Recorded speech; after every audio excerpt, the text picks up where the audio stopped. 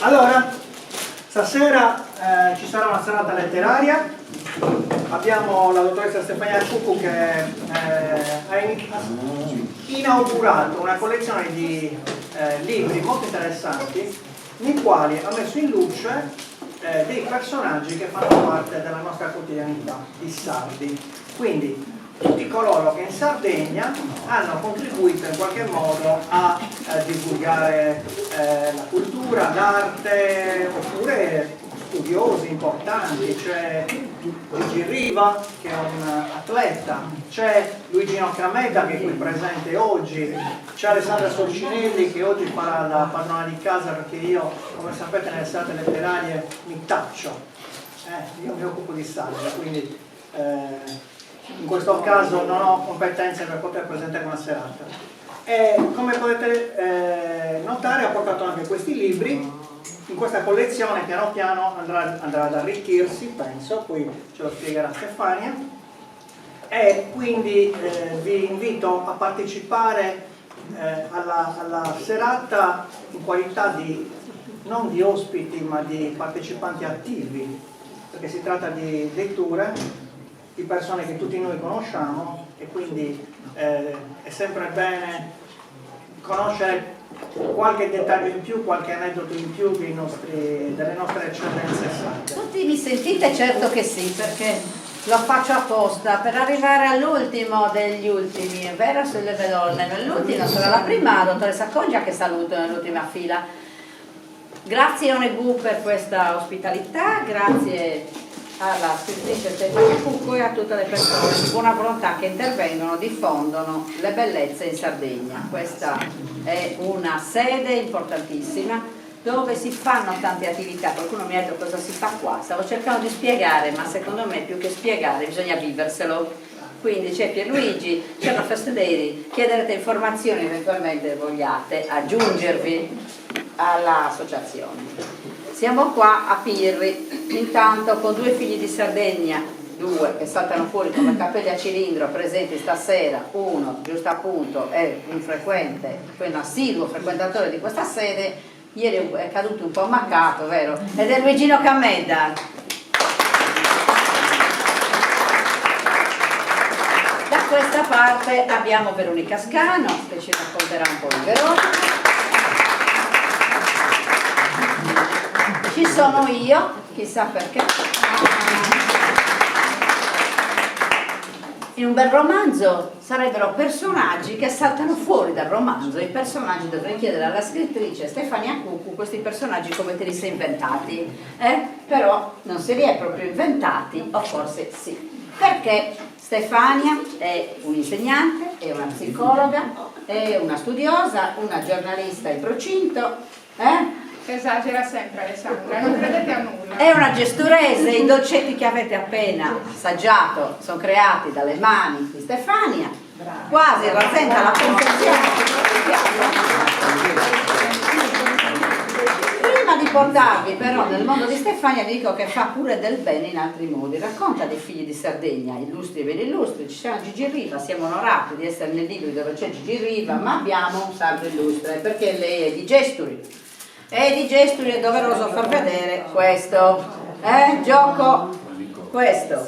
Perché lo dico? Perché questo, Fra Nicola da Gesturi, è una chiamata alla ricerca di un indizio.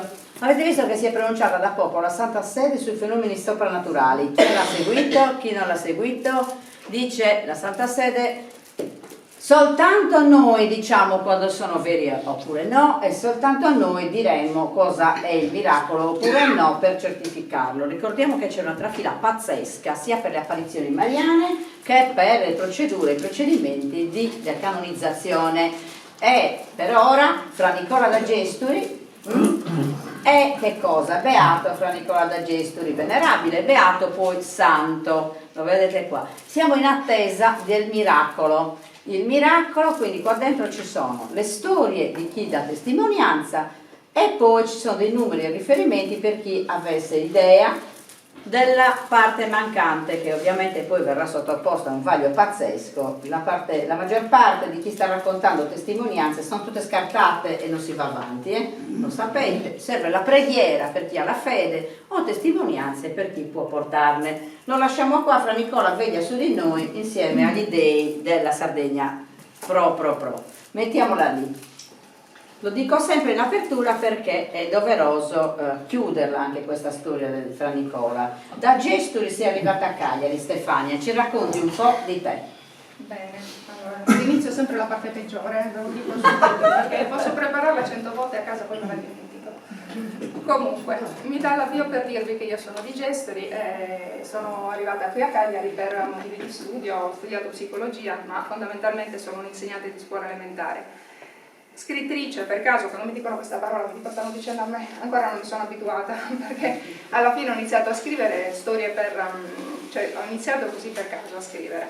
È stato durante il periodo del Covid e ho iniziato a scrivere proprio per un'esigenza, perché era un periodo in cui ci stavamo un po' perdendo di vista, secondo me, insomma, nel senso che c'era tanto, io percepivo tanto odio, tanto rancore alla fine, dicevamo sempre ne usciremo migliori, invece sentivo soltanto lamentele, sentivo soltanto un sentimento di disprezzo, di rancore tra le persone. Allora mi sono detta, qui stiamo un po' perdendo di vista la bellezza delle persone che abbiamo attorno a noi, ne abbiamo tante, e allora perché non parlare dei sardi che hanno fatto tante belle cose, le belle persone che stanno intorno a noi, e quindi raccontare la Sardegna attraverso la vita della gente. Della Sardegna chi sta fuori ne parla come? Raccontando soprattutto del mare. Ma noi abbiamo tante altre belle cose, l'archeologia, e voi ne siete i primi testimoni, ma ci sono tante storie da raccontare sia di chi si occupa di cultura, di arte e di tradizioni, sia dei nostri emigrati sardi in Italia e all'estero, e sia anche di chi ha scelto di vivere in Sardegna. È arrivato forse per caso e comunque vive qui da tantissimi anni. E poi ci sono le persone che hanno affrontato dei momenti di difficoltà e sono riuscite a creare un mondo e a dare un esempio di forza anche agli altri. In questo caso abbiamo Veronica, che io porto sempre nel cuore, prima ancora che portarla nelle rappresentazioni. Come faccio queste storie? Come le costruisco queste storie? Intervistando le persone e poi mettendo insieme un po' di informazioni. Voi mi direte, ci sono persone anche che non sono più in vita, ad esempio Maria Carta. In questo caso ho intervistato chi ha avuto una conoscenza diretta. Un amico caro di Maria Carta è stato Emanuele Garaudonet, che è un artista, e lui mi ha raccontato proprio della vita della Maria Carta, una persona che ha dato tanto alla Sardegna, che ha dato tanto perché un artista, aveva una voce bellissima, ma lei è nata in una situazione di povertà a Sirico, dove tra l'altro all'età di 8 anni si è trovata orfana di padre e si è trovata a dover lavorare nei campi. È stato poi un caso, sì, sapeva cantare bene, ma il fatto di aver partecipato ad una sfilata di Miss Italia e aver vinto il concorso di Miss Italia, che l'ha portata poi a Roma. Qui conosce quello che sarà il suo futuro marito e inizierà una carriera nel campo sia del canto ma anche del cinema, e porterà la Sardegna in giro per il mondo. Si occuperà anche di politica e questa sarà l'occasione in cui abbandonerà il suo marito per un secondo matrimonio, da cui nascerà un figlio, Davide, che però non ha seguito le orme della madre, neanche ha portato avanti il suo ricordo, diciamo così. È un amore grandissimo che però nei confronti di questo secondo marito, che però si chiude nel giro di poco tempo. Questa grande sofferenza sarà poi l'origine della sua malattia, un tumore che poi nel giro di qualche anno la porterà sino alla morte. Maria Carta ha avuto il grande merito di portare la Sardegna oltre i confini regionali e nazionali. È stata una donna, diciamo che una donna cantante all'epoca era una grande novità, e poi soprattutto ha portato la Sardegna ai vertici, diciamo, del successo in un periodo in cui la Sardegna era conosciuta come la terra dei sequestri. Eravamo un popolo di sequestratori e di sequestrati. E di sequestri io parlo anche con la storia di Luca Locci. Luca Locci l'avete mai sentito? Anche lui va a fare presentazioni perché ha scritto un libro, Il sequestro di un bambino. Luca Locci fu sequestrato nel 78 quando aveva 7 anni e fu una grande novità, diciamo così, novità nel senso, uso questo termine perché allora si trattò di trasgredire, diciamo così, quello che era il codice del banditismo sardo, che prevedeva di non fare del male a donne e a bambini. E invece Luca, 7 anni, fu sequestrato, era il mese di giugno, più o meno era il periodo dei mondiali, la sera dei mondiali, quindi gioco facile perché forze dell'ordine e tutto il paese, soprattutto lì a Macomer, era chiuso in casa per guardare la partita e il bimbo giocava per strada con gli altri bambini. Ma perché? Perché non c'era la paura per il padre o per la madre, perché si sapeva che essendo una famiglia facoltosa c'era la possibilità di essere sequestrati, ma questa possibilità doveva toccare gli adulti, il padre, il nonno, il fratello, non un bambino. E quella fu la novità, che spiazzò tutti quanti. Luca fu sequestrato e fu portato nel Supramonte per circa 3 mesi, dove rimase bendato con un cappuccio nero, insomma, che toglieva soltanto per mangiare, e rimase sempre all'aperto. Fu liberato grazie all'intermediazione di alcune persone del luogo, per lo più la zona di Orgosolo, che riuscirono poi, sotto pagamento, a liberarlo, perché era il periodo in cui non c'era il blocco dei beni e dal sequestro non rientravi se non pagavi.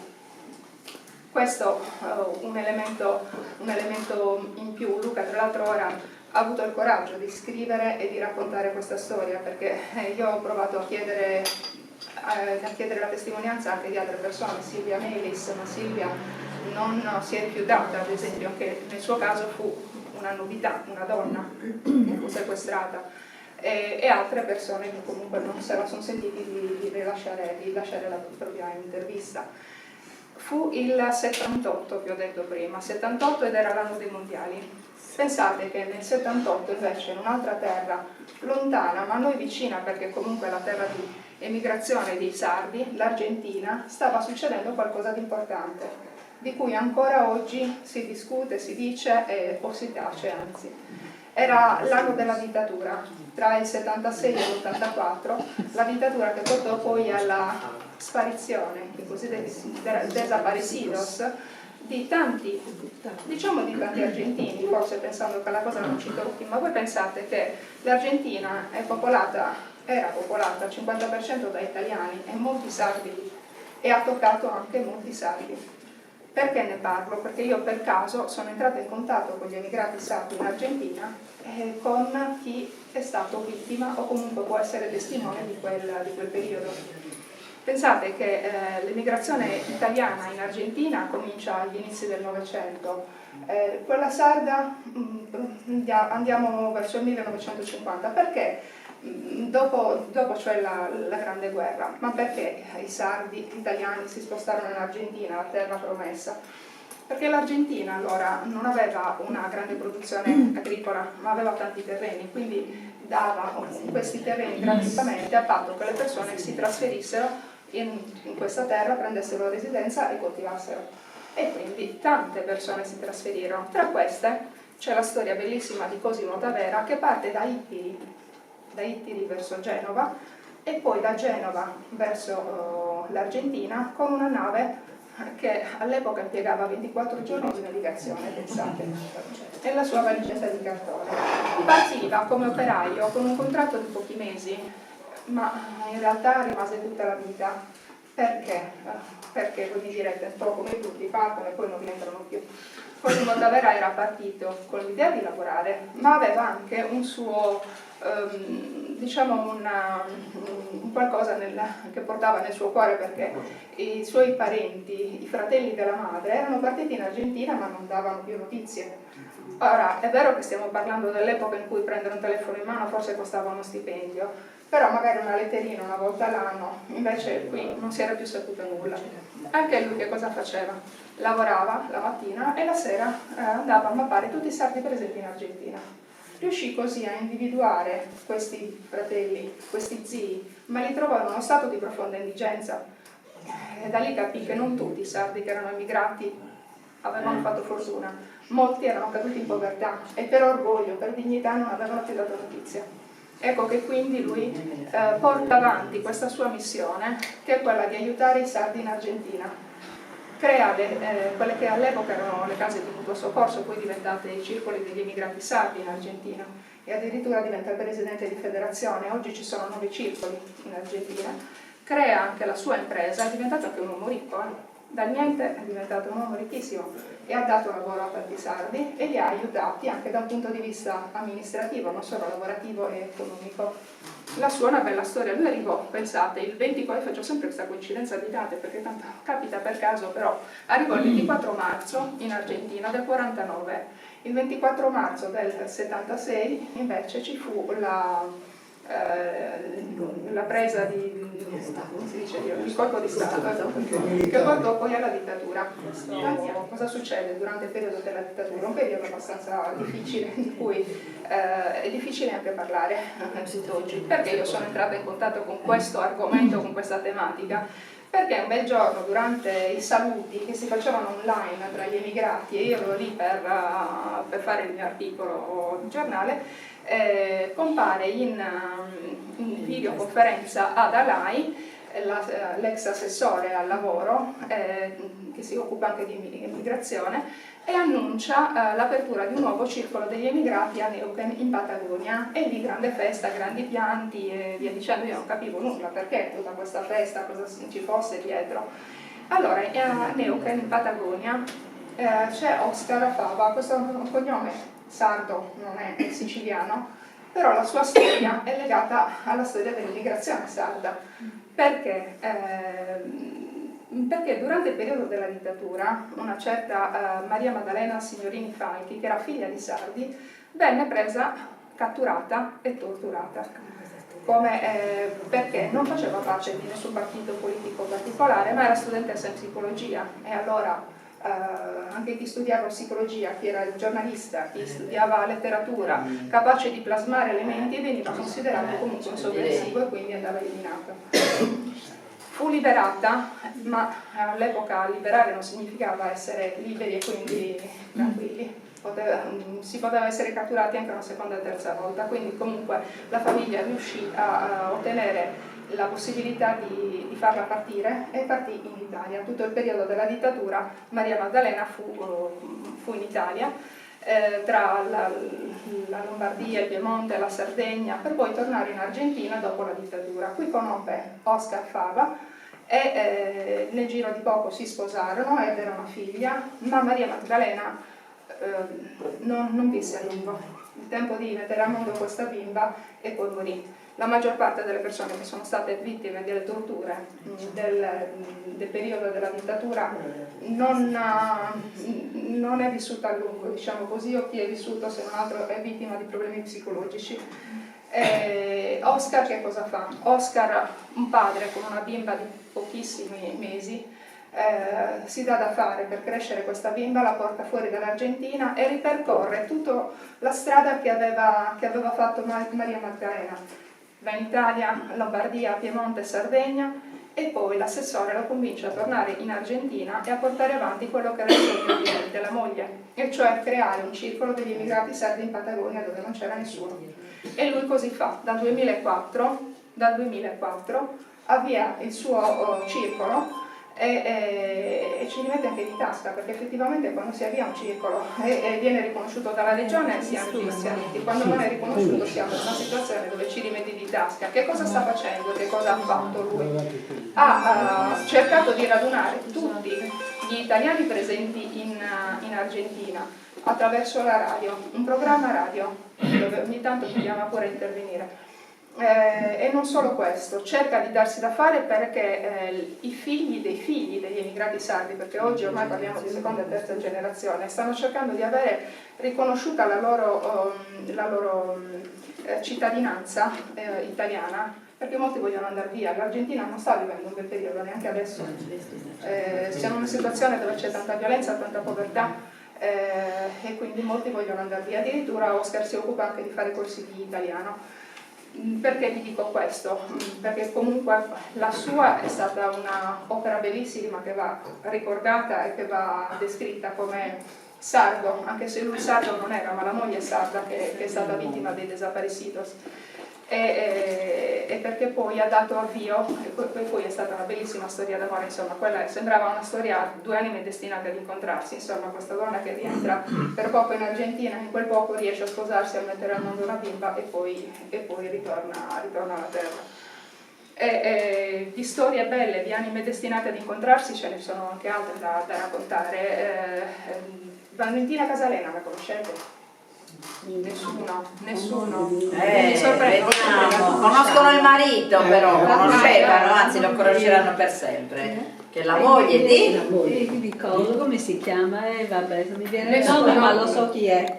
Il Andrea cantante. la dottoressa adesso ve lo racconta. Diciamo questo è il nostro. Poi dico questo e poi passo la parola, non mi stanco più. Allora, Valentina Casalena, moglie di Andrea Parodi, la seconda moglie. Sicuro l'avete vista magari nell'ultimo canto che Andrea fa. Infatti non si vedeva mai. Non si vedeva mai, no, ma è anche una persona molto timida e per riuscire a fare la sua storia Molto ho spiegato un po', riservata. avevo dovuto penare un pochino, però era davvero bella da raccontare. O meglio, me l'ha raccontata lei, neanche io sapevo questo, perché la prima idea è stata quella di raccontiamo di Andrea. Poi dopo mi sono detta, ma tu cosa ci fai in Sardegna ora che non c'è più? E allora mi ha raccontato tutto dall'origine. Tra lei e Andrea c'è una differenza d'età di 20 anni. Andrea era già sposato all'epoca, quando lei, 16enne, una ragazzina, per la prima volta ascoltò in televisione a Sanremo la canzone che i Tazenda cantavano con Pierangelo Verde. E lì, questa lingua che cos'è? Cioè, non conosceva il sardo, non sapeva neanche dove fosse la Sardegna. Un mondo nuovo, una ragazzina di 16 anni, figlia anche di una famiglia non troppo ricca, insomma, e la madre tra l'altro era già vedova con una figlia, Valentina, e altri due fratelli più piccoli. Quindi cosa fa? All'epoca non c'era Facebook, oggi cerchiamo subito su Facebook e sappiamo tutto, se c'è una persona che ci interessa subito, ma all'epoca non c'era questa possibilità, allora scrive su un giornale, compro, vendo, una sorta di baratto, cerco notizie su Itazenda, e quindi da tutta Italia, ma non solo, gli mandavano sempre queste informazioni su Itazenda, lei rientrava da scuola e tutta contenta andava alla cassetta della posta per vedere subito le notizie e le informazioni, e cominciò a mandare una letterina di colore rosso a Itazenda in Sardegna, senza neppure indirizzo, però arrivava a Itazenda in Sardegna, a Sassari, e così cominciava a prendere contatti. Restava affascinata da questo mondo, era un sogno d'amore, non c'era niente di particolare, però quando ad Avellino, quella era la sua città, si presentarono in Itazenda al Festival Bar, lei si presentò sotto il palco, ovviamente con tutta la famiglia a seguito, mamma, fratelli, nonni e compagnia. Si presentò sotto il palco a cercare di avere un autografo da parte di Andrea Parodi, quindi si rivolse alla guardia e gli disse: per favore portami dentro questa, porta anche una rosa per Andrea Parodi e voglio l'autografo. E mentre aspettava che uscisse la guardia, in realtà uscì Andrea e si avvicinò a conoscerla e a ringraziarla per questo dono, un gran signore Andrea, insomma, in questo gesto, al di là della bella ragazza, al di là di tutto.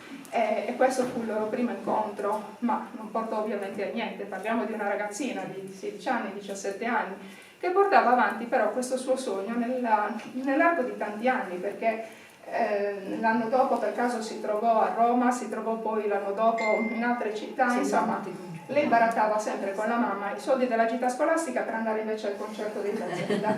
Questo era il suo sogno, non chiedeva altro, e la madre la accontentava perché era una ragazza senza nessuna pretesa, insomma, se non questa di conoscere Tazenda. In realtà poi conobbe Andrea la invitò ad andare in Sardegna quando ormai era già grande, intendo, ormai stava già studiando all'università, e si fidanzarono all'età più o meno di quando Valentina aveva 23-24 anni. Un sogno d'amore che durò tantissimi anni, ma la realtà poi è che quando loro si sposarono qui in Sardegna e nacque la prima bimba, Antea, dopo 4 anni circa nacque Lara, in realtà non era ancora nata, o meglio, Valentina scoprì di essere incinta della seconda bimba, Lara, e a distanza di pochi mesi scoprirono anche del tumore di Andrea. Quindi portarono avanti la gravidanza della seconda bimba e anche le cure di Andrea. I medici non avevano dato nessuna speranza, dicevano che addirittura sarebbe morto da lì a poco, non avrebbe conosciuto la bambina. In realtà Andrea riuscì a vivere, a conoscere la bimba e a morire poco dopo. Pensate che Lara nacque lo stesso giorno, a distanza di 14 anni, lo stesso giorno in cui Valentina era andata sotto il palco a chiedere l'autografo e Andrea era uscito fuori per conoscerla e per portargli il suo diario. E quindi ogni volta che si festeggia il compleanno di Lara, Valentina, Antea e Lara vanno ad Avellino in piazza a ricordare questo evento e a festeggiare sia il compleanno che la conoscenza, insomma. Due anime destinate ad incontrarsi, anche queste. Mi fermo qui per dare la parola alla signora che...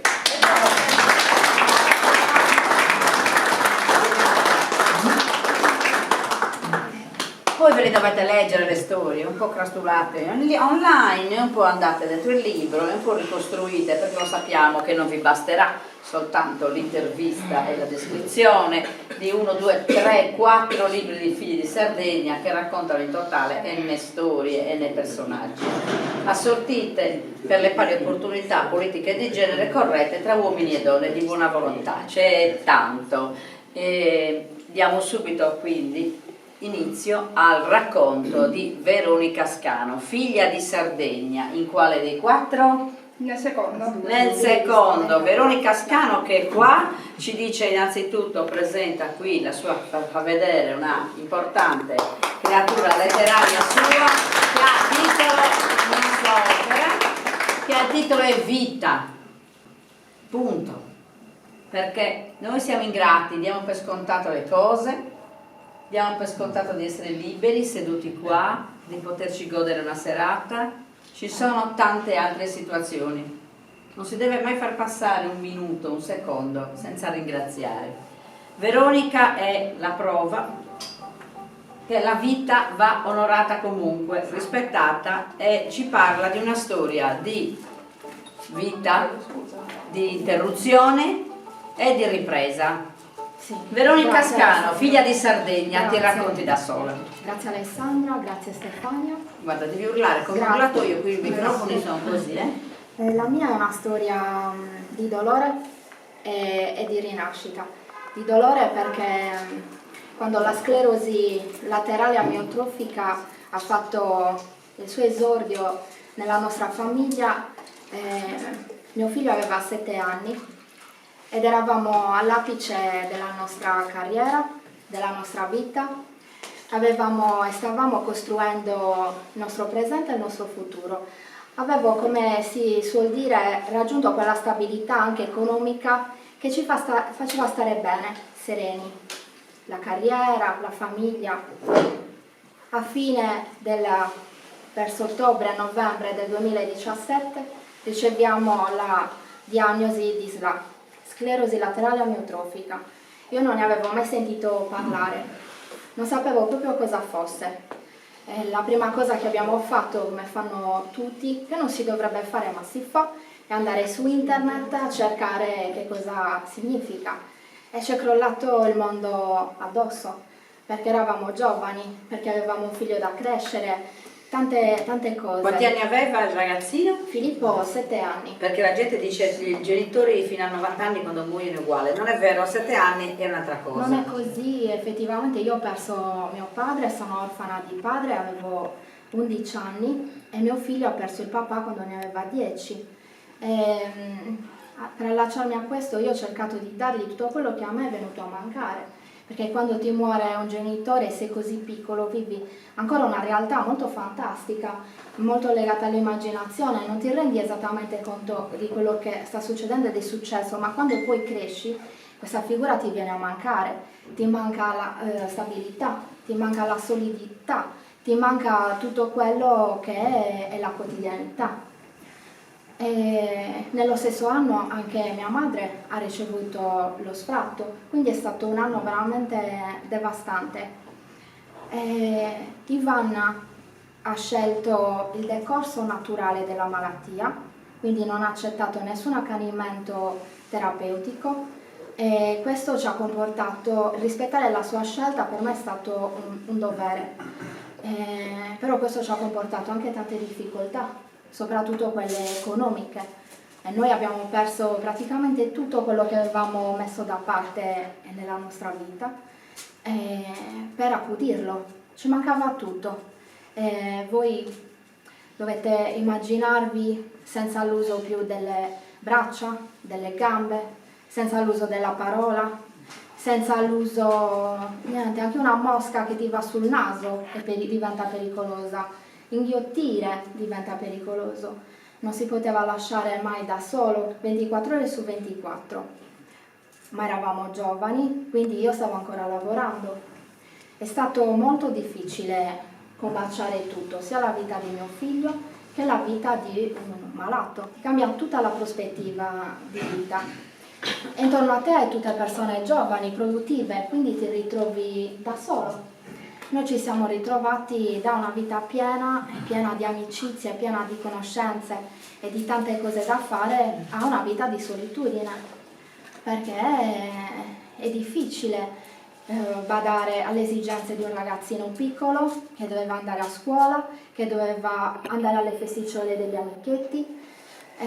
Io ho cercato di fargli vivere questo periodo un po' in una maniera giocosa, però lui capiva tutto, è cresciuto forse anche troppo in fretta. Ma era in casa Ivan con voi? Ivan era in casa con noi, io l'ho accudito fino alla fine, fino all'ultimo suo giorno, perché lui ha scelto di stare in casa.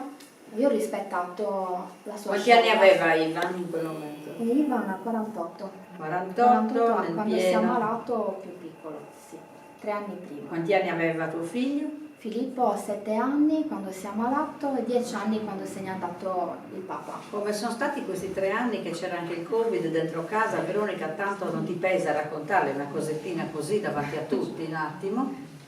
Allora, raccontare significa per me un diritto, innanzitutto quando io lo racconto per me è una celebrazione alla vita, non una messa alla morte, assolutamente, perché è un trapasso, perché quando poi si ama e si ama tanto è difficile lasciare andare, è difficile andare via. Mi costa sempre molta grande emozione raccontare, però è un dovere, perché è anche la rappresentazione fisica e concreta che anche andare avanti senza dimenticare si può rinascere, si può coltivare una nuova vita. Io la mia vita l'ho coltivata, allora mio marito è morto il 1° aprile del 2020. Quindi eravamo in piena pandemia e ci ricordiamo tutti, le scuole chiuse, i comuni chiusi, cioè proprio i comuni l'uno con l'altro, nessuno poteva venire a trovarti, neanche il nostro medico, il neurologo, le infermiere, era tutto molto, molto complicato. Gli ospedali le farmacie degli ospedali chiuse, lunghe file, lunghe code, mail, dovevi fare tutto tramite mail. Insomma, ci siamo ritrovati a vivere veramente chiusi dentro casa con, lo diciamo, un malato terminale da accudire. È stato veramente terribile. Togliamoci da Ivan, andiamo da te. Dov'è la donna Veronica? Che cosa fa? Ha un bambino? C'è la morte? Glielo dobbiamo dire, cosa fa? Sì, quando ho realizzato che tutto quello che mi stava succedendo è stato un nanosecondo, proprio un'illuminazione, perché non è una cosa che io sono andata a meditare o a cercare, è arrivato da sola la consapevolezza che può succedere, che nella nostra vita tutto può accadere. Non siamo immuni dalla malattia, non siamo immuni dai dispiaceri, non siamo immuni dalla sofferenza. E quindi in quel momento si è capovolta la mia prospettiva, la mia percezione della vita. Ho tirato fuori la grinta. Questo togliere la grinta tutti i giorni in continuazione mi ha permesso poi di rifarmi una vita. Vediamo in casa, entriamo dalla finestra e spiamo Veronica come riprende la grinta, ma non eri morta, non stai morendo, il bambino è lì e tu hai 14 euro. Esatto. 14 euro è anche il titolo di un paragrafo del libro Vita. Esatto. Perché cosa sono 14 Succede euro? che durante il 2020 siamo comunque in lockdown, io ho preso una pausa dal mio lavoro, non che io non avessi un lavoro, assolutamente, avevo un lavoro a tempo indeterminato, ero rispettata, che avevo anche un ruolo da responsabile, però ho capito che quel posto non era più mio. Io lì avevo bisogno, da lì dovevo andare via. L'avevi intrapreso con Ivan, quel luogo, L'avevo il intrapreso lavoro e con quella Ivan. strada, quindi era doloroso anche starci? Io lì dentro, un lavoro nella ristorazione, ho imparato tantissimo.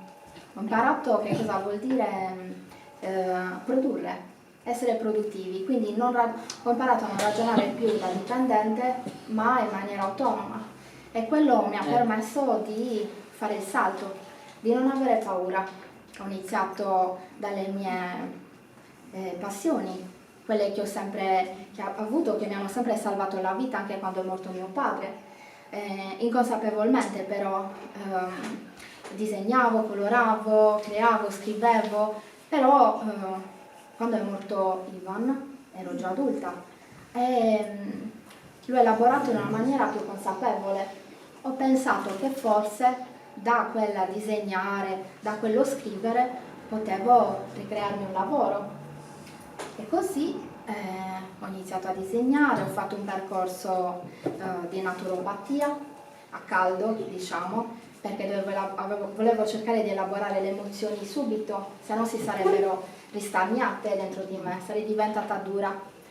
E indurirmi avrebbe comportato ad isolarmi, a far soffrire mio figlio, anche senza rendermene conto. E invece ho cercato di mantenere il sorriso. Un po' controcorrente, perché dovevi portare la tua vita, essere rigida, vestita di nero per sempre, Esatto. senza nulla togliere, e invece qualche forza chiama Sì. la vita. E cosa dice la vita? La vita, proprio quella primitiva, però quella istintiva.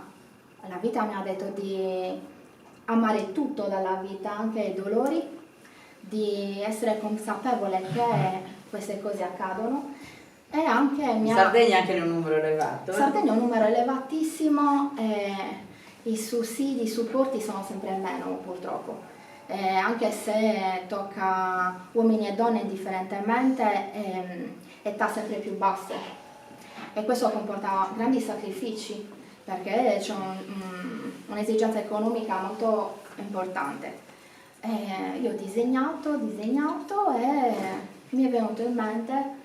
Anzi, ho fatto una mostra, una personale, una mostra di pittura e tutti mi chiedevano i quadri, però i quadri, realmente è andata così, i quadri costano anche oggettivamente tanto, non se li possono permettere tutti e poi non sono Giotto, non sono Picasso. Allora cosa ho pensato? Posso commercializzarli, posso commercializzare il disegno. Qui viene l'imprenditrice da prima E trasformarlo in un prodotto di consumo, quello quotidiano di tutti i giorni. E allora mi è venuta in mente la maglietta e quindi questi 14 euro mi sono serviti per comprare 2 t-shirt ecco bianche qua, attenzione, e fare tutte le prove di lavaggio, di stiratura, tutto quanto. Ne ho scelto una che qualità-prezzo si sposava bene per intraprendere questa attività e poi ho conosciuto anche il mio attuale compagno sul lavoro, quindi mi disse me lo devi mandare via mail il tuo disegno. Ho detto via mail, va bene, lo scannerizzo, lo mando e così senza snaturare niente, quindi rimane esattamente l'impronta pittorica con le sfumature, le imperfezioni. L'abbiamo stampata in una maglietta. E però sta nascendo Artmea in quel momento. Si è trasformata da Veronica Scano in quello che ora Veronica è a livello internazionale ed è un vanto di Sardegna, è Artmea. Cosa succede? È stato, penso, in un istante preciso, quando a un certo punto mi sono ritrovata al semaforo, Ecco. al rosso, Sì. al rosso di un semaforo e Luca mi invia un template. Cos'è un template? È una bozza, proprio una t-shirt con il tuo disegno.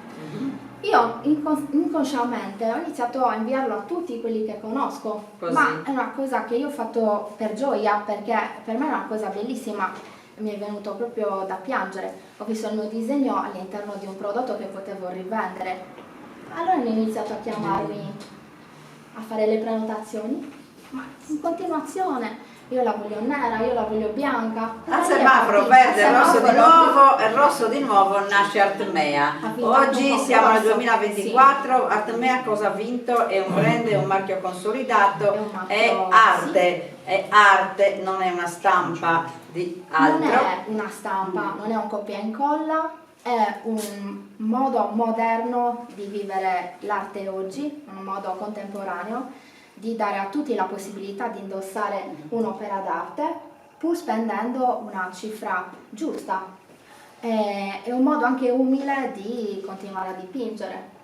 Ha vinto un concorso come miglior brand sardo che mi ha portato a Milano, mi ha portato a fare un corso di marketing commerciale per perfezionare la tecnica, perfezionare la commercializzazione del brand, che a oggi è un marchio di moda registrato sia in Italia che in tutta Europa. Hanno creduto in te i milanesi, che se ne dica.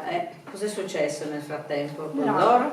Io ricevo molte gratificazioni, sono arrivate addirittura in Australia. Con dei disegni di Sardegna, peraltro, sono fenicotteri, sono sì. Fiori sardi. Ci sono i quattro mori, però una rivisitazione dei quattro mori più poetica, ci sono i fenicotteri, questi sono i quattro mori. Vedere la telecamera, dentro vita che si vedranno. Sono mori sciolti dall'incendio, da dolore, da altro, sì, questo è diventato ormai.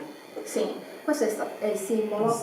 Simbolo insieme ai fenicotteri che sta veramente, mi sta dando molte soddisfazioni.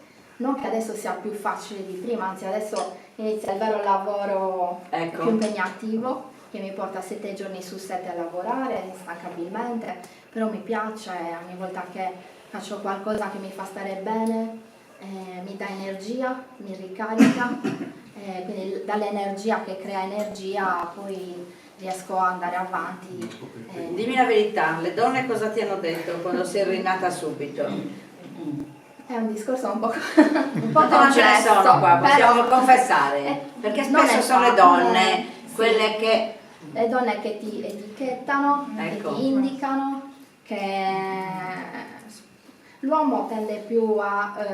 nel tuo caso, ovviamente. Nel mio caso, certo, nel mio caso non ha questa malizia che indicizza subito un'altra donna, come è facile. Nelle tue versi poetici, perché sei pure una poetessa, e scrivi anche delle grandi belle cose, c'è scritto qualcosa, c'è un verso particolare, cosa fanno queste donne? Ah, solamente tu, ce l'abbiamo nella... la cerchiamo. Dice, ma proprio quello, piccole, cosa fanno? È un consiglio che... Solamente tu. Solamente tu, abbiamo questo, dov'è? Ah...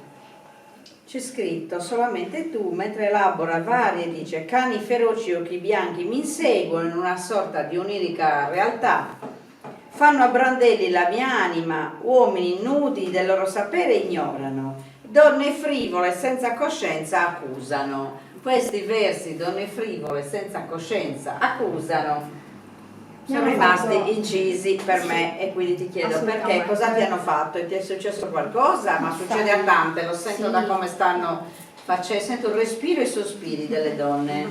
Magari parlano maledite alle spalle, ti indicano, fanno anche, allora cosa ho fatto io? Ho semplicemente vissuto la mia quotidianità, non dando troppa cura e importanza a queste cattiverie, perché se ti trovano in un momento debole, in un momento delicato, ti possono annullare, perché tu hai sempre, sai, non ti senti mai all'altezza, sei sempre sbagliata, perché ognuno di noi è giusto che la viva a modo suo, con le sue scelte, e non per questo debba essere criticato o giudicato. Benissimo, non giudichiamo nessuno e passiamo a un altro argomento. Salutiamo Grazie. Veronica e presto.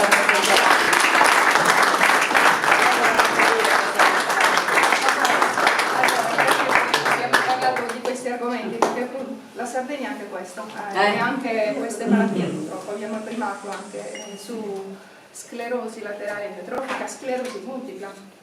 E qui ci sono anche storie di persone che, come Stefania Calvisi, una ragazza di Muro, che ha affrontato e affronta la malattia ormai da 12 anni e l'ha affrontata con grande coraggio. Vi leggo soltanto le sue ultime parole. Dice: la vita è bella ed è l'unico regalo che ci viene fatto una volta sola, e quando domani la sclerosi multipla vincerà, perché so bene che a parlarmi di me, io mi riterrò comunque vincente, perché avrò vissuto intensamente ogni giorno e ogni singolo istante. Anche lei è una persona, una ragazza che combatte, ma combatte sempre col sorriso ed è sempre contenta. Che dire, insomma, era doveroso parlare anche di queste problematiche, perché la Sardegna purtroppo ha questo primato, insieme a queste, però l'altra faccia della medaglia, siamo anche il paese dei centenari. E abbiamo il nostro caro Pierino Vargiu, non so se lo conoscete, ma sicuramente su Facebook l'avrete visto, che va in giro invece a fare le fotografie dei centenari. E così, anche lui l'ho intervistato per sapere com'è che è nata tutta questa passione, perché Pierino Vargiu poi anche in Argentina mi dicono: ah, Pierino lo conosciamo, lo conoscono su Facebook. E così lui era faceva la guardia carceraria come agente dei custodi. Sì, oggi è in vacanza, oggi l'ha messo su Facebook, era anche in costume da bagno. Faceva, insomma, quando è andato in pensione, lui che era un grande fumatore cercava di smettere di fumare, c'era riuscito suo cognato, c'era riuscito suo fratello, diceva: ma è taseuro, scemo esatto, e finalmente si è deciso da questa affermazione a smettere di fumare, ha messo da parte un po' di soldini e si è comprato una macchina fotografica e con la moglie andava in giro per le feste paesane. E lì, girando per le feste, ha avuto modo di fotografava le solite cose, sai, i costumi varie, così, però vedeva nei portoni ferme le donne anziane che osservavano la processione.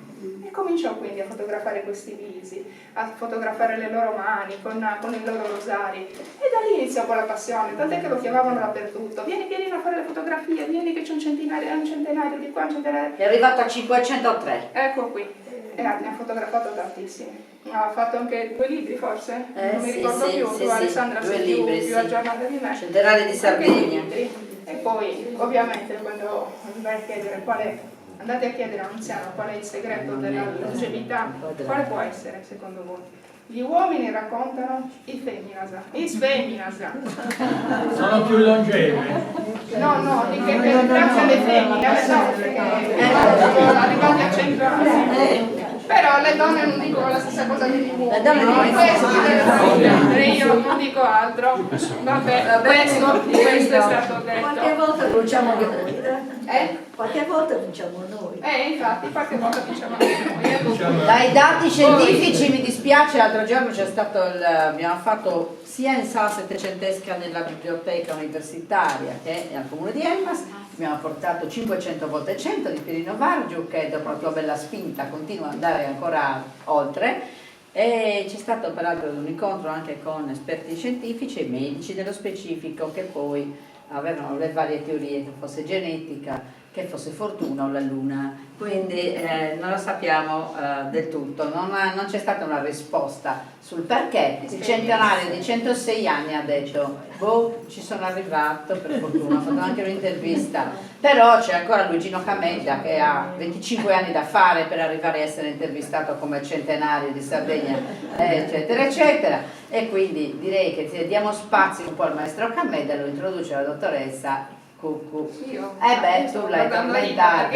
Rita arriva tra un po', ma prima introduciamo lo scultore. Introduciamo lo scultore. Io avevo fatto tutto un altro discorso, ma il mio diavoletto... Ma io vedo l'orario, dottoressa, no, io vedo le 20 e andiamo. Dove andava il mio discorso? Andava nel campo dell'archeologia, delle pietre, di tutto quanto. Andiamo con Luigino. Ma siamo andati, con la mia madre. Luigino Camenda che cosa fa? Lavora le pietre, ma non solo. Lui è un grandissimo scultore, riesce a tirar fuori l'anima dalle nostre pietre. Diciamo è colui che lascia poi un'impronta fondamentale nella nostra storia, e di lui ho voluto raccontare e grazie a Rita riuscirò a esprimere meglio questa storia. Non voglio far parlare. Com'è di stato Luigino, perché non intervistare voglio uno stancare. scultore, dottoressa? Intervistare a tante persone, lo scultore? No, è stata una storia facile, è stata anche bella, perché Luigino è una persona molto umile nonostante sia un grande scultore. È partito da una situazione di difficoltà e anche di povertà. Si è dato da fare veramente tanto e quindi oggi merita di essere riconosciuto per il suo lavoro, per quello che ha dato alla Sardegna.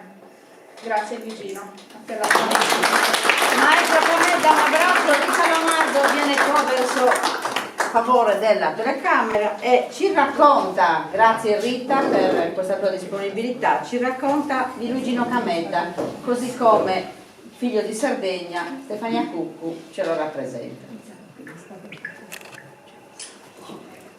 Luigino Camedda dice: comunicare con l'arte. Si dice che la Sardegna sia l'isola delle pietre. Il paesaggio naturale della Sardegna, con i suoi basalti, tracchiti e graniti, mostra nei suoi monumenti di pietra scolpiti dal vento la grande forza espressiva della natura.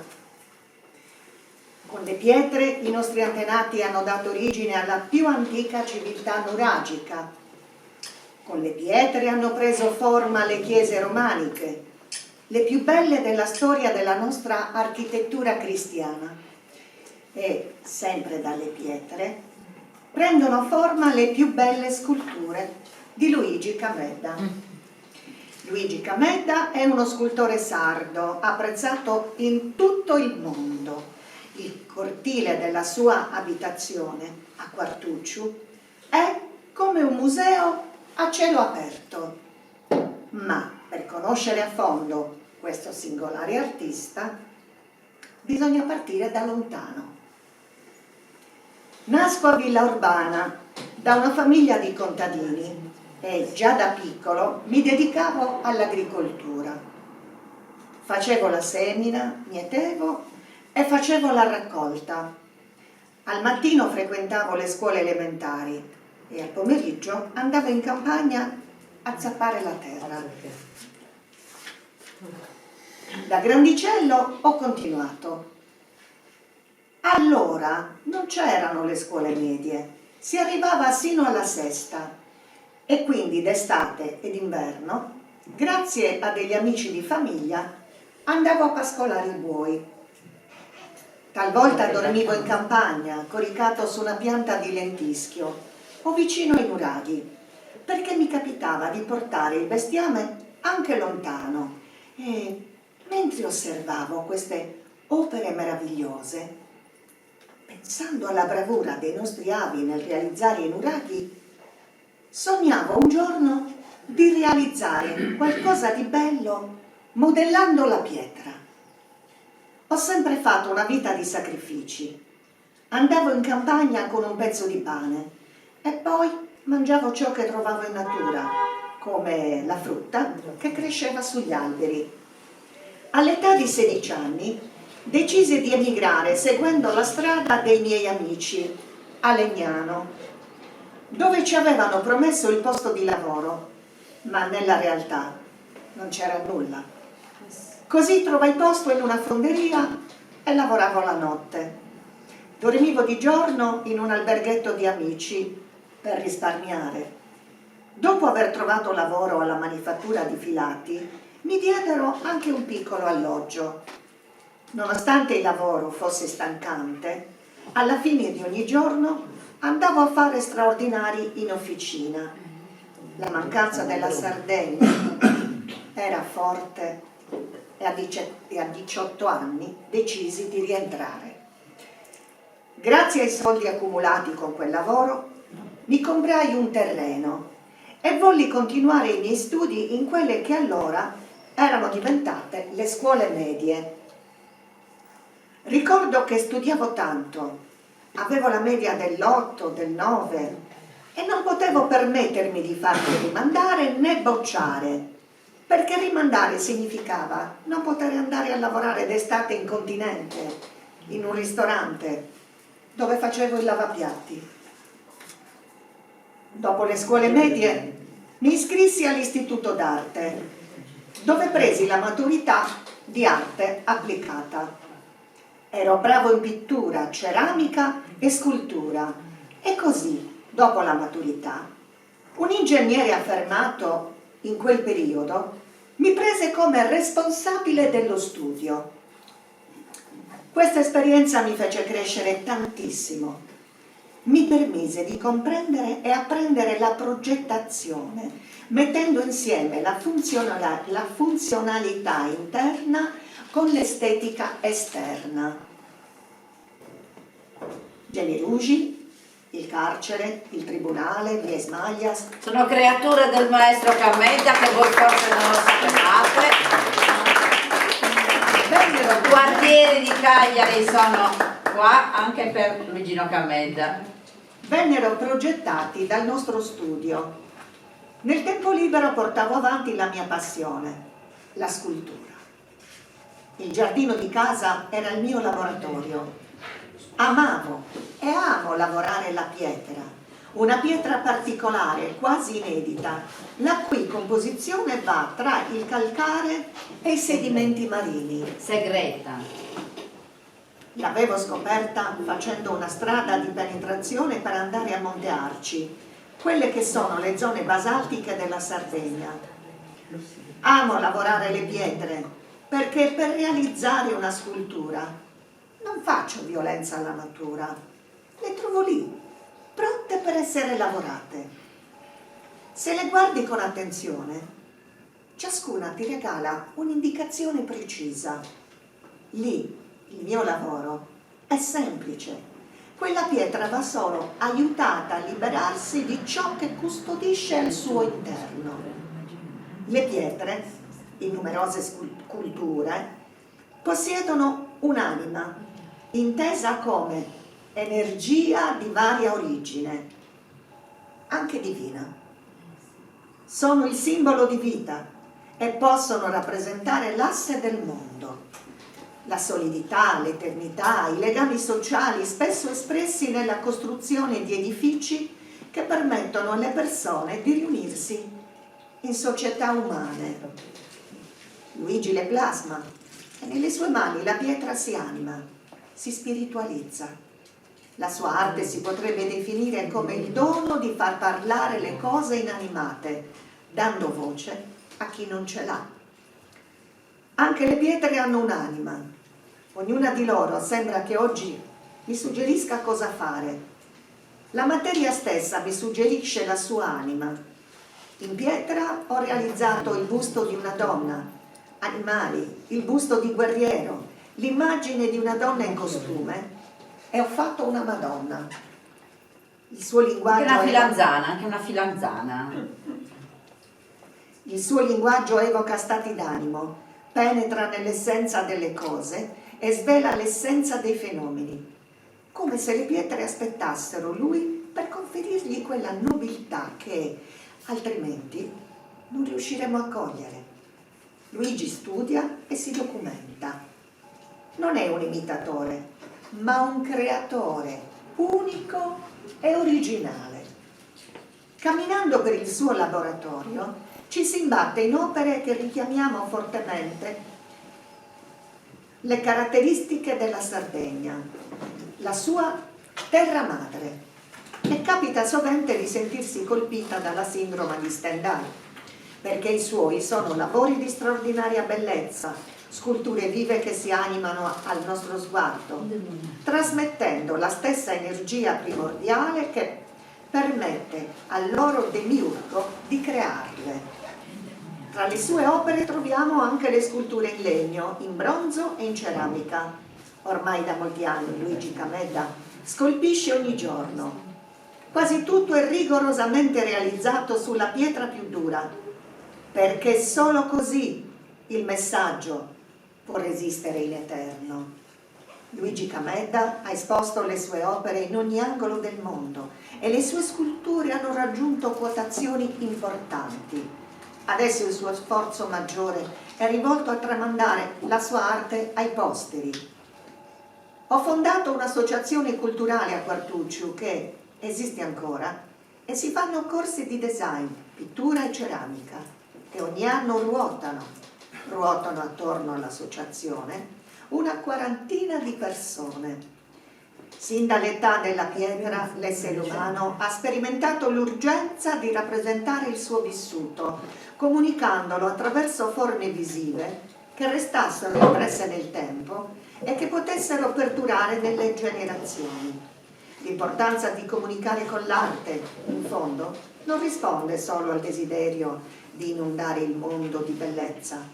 Comunicare con l'arte è comunicare la vita. Questo è Luigino Camedda. Brava!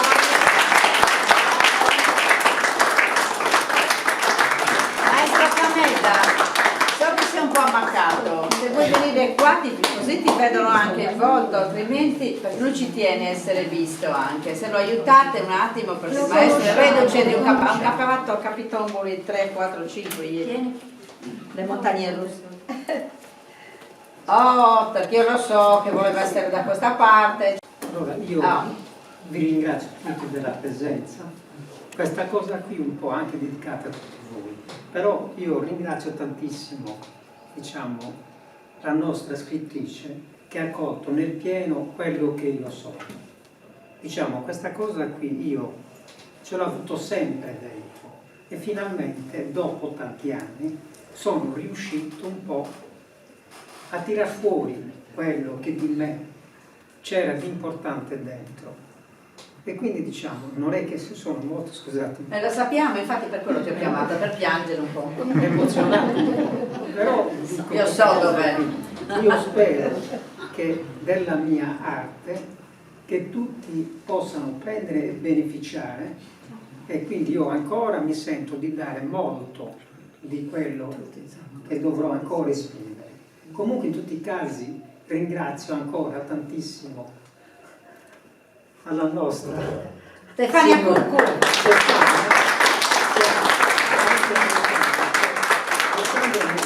Mi metto un po' di cara. Alessandra veramente, Stefania ha colto veramente dentro, cosa posso dire?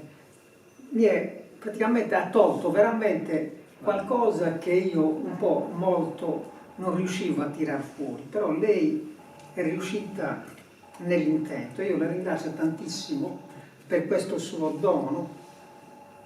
Non è, sono molto emozionato. Benissimo, partiamo tutti per salutare. Sentiamo anche Rita da questa parte per fare la chiusura e Pierluigi viene alla chiusura per fare due, perché sono soltanto 8 e perché 10. non sono riuscita, ma quasi qui si dà per scontato. Parlare anche di archeologia, insomma, ma conoscete già certi personaggi, ad esempio Nicola De Sive, Alessandra, guarda qua. Andrea Loddo, quindi ci sono i suoi bronzetti nuratici, quindi anche la sua storia e niente, tutto questo. Andiamo in chiusura, adesso non li ricordo più perché sono più di 100, insomma. Più di 100, vedete che lavoro. Avendo da leggere tutta l'estate. Sì, ma poi non finiamo qua, quindi ci sarà anche Pierluigi. Avremo ancora da raccontare. Grazie per...